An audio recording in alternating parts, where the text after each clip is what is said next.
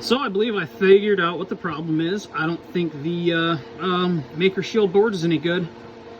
I hooked up a CNC Shield,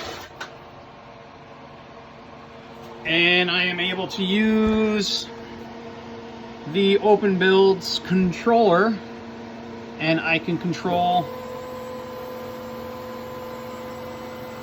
in the X position, no issue.